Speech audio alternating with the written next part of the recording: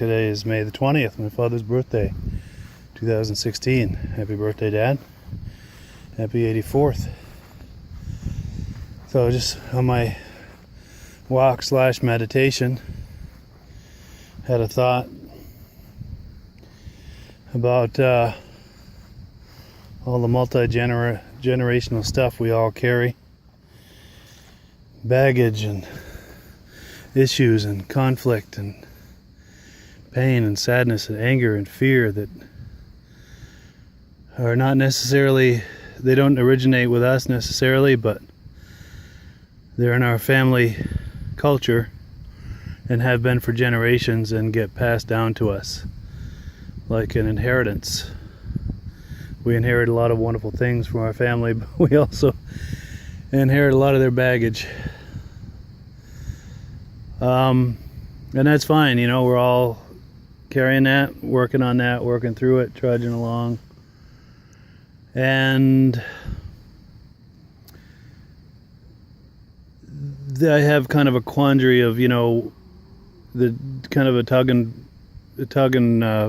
of war between trying to understand it and just letting go.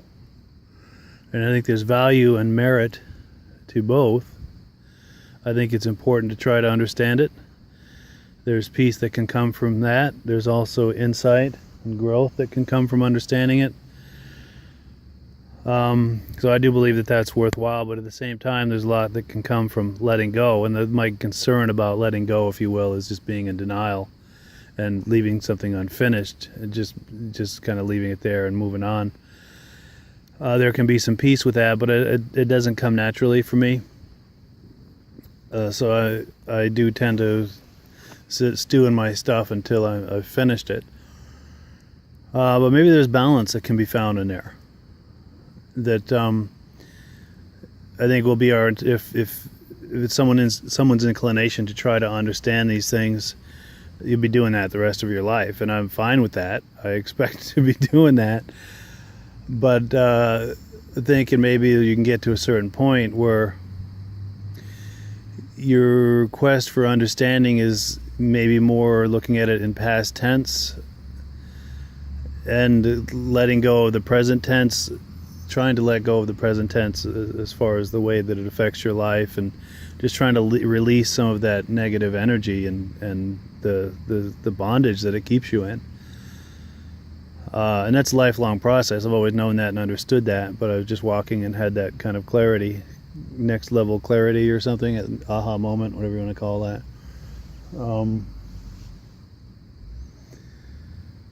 And just kind of meditating to myself about, you know, help me to, like, you know, spiritual and personal growth, talking to the spirits and the creator and so forth, help me to release that which I can let go of and make room for new positive things. And the things that I'm still trying to understand, still try to do that, but that can kind of simmer on the back burner because I'm not in crisis mode. There's a lot of good things going on in my life and have been, and I've got a lot to show for my years on this earth. Yeah, and just kind of finding balance with that, you know, so being able to recognize and appreciate all the good in my life, the qualities I have, the accomplishments,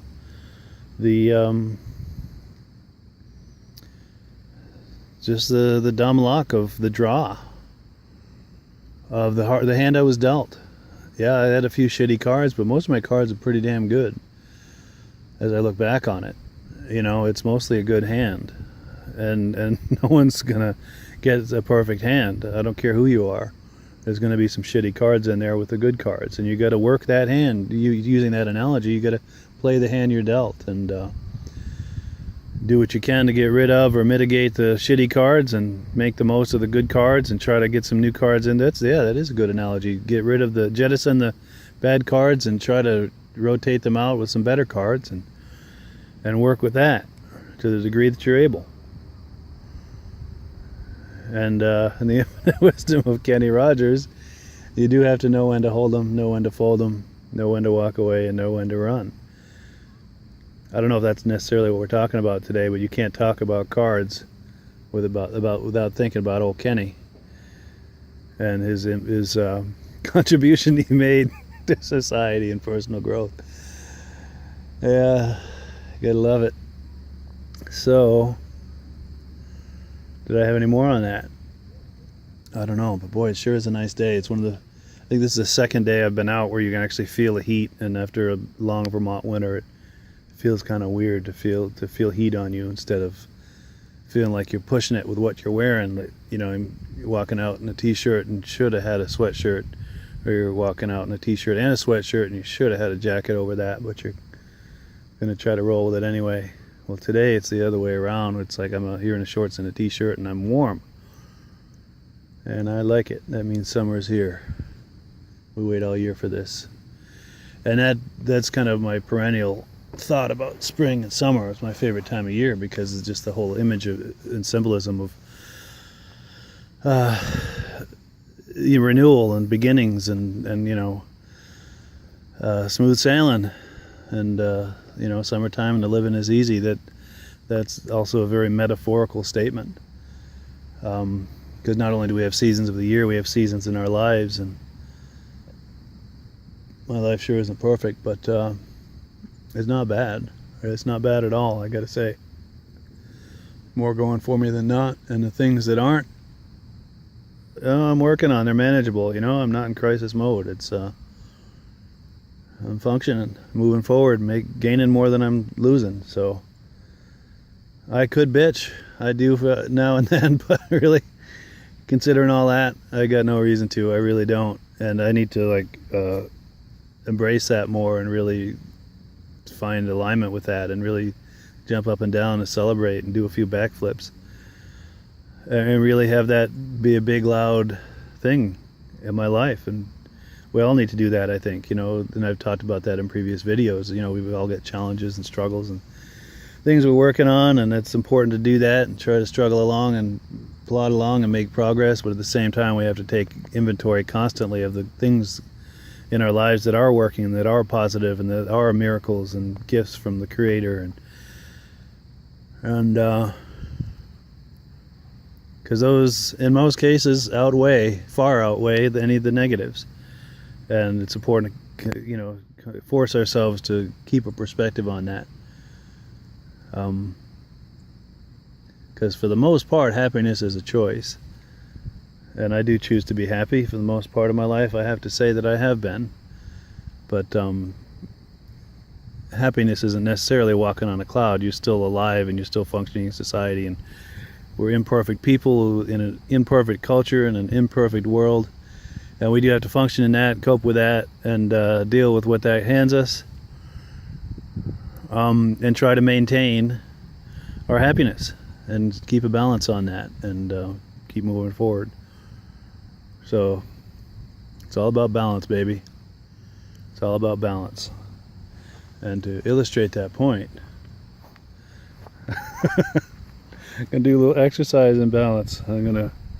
This is hardly any kind of a challenge, but I'm gonna walk the proverbial balance beam just in symbolic, as a symbolic gesture. When my brother and I were teenagers, we used to do that on the top of the guardrails. Got a picture of that. Maybe I'll put that up.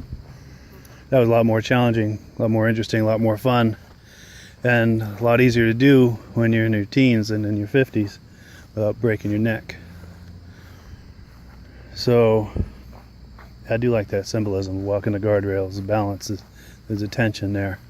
And that's life, basically, is trying to find balance, to keep your equilibrium with everything that's coming at you. Because it's coming, like Ferris Bueller said, life comes at you fast. I'm sure there was a follow-up comment to that he made that was equally profound, and I can't think of it. I think I've got that on tape somewhere, or on a digital file somewhere. Maybe I'll pop that on this video too. Life moves pretty fast. If you don't stop and look around once in a while, you could miss it. So, is that everything? Everything I think of for now. I'm sure that's enough. I'm 9 minutes into it, 10 minutes. All right, have a great weekend, everybody.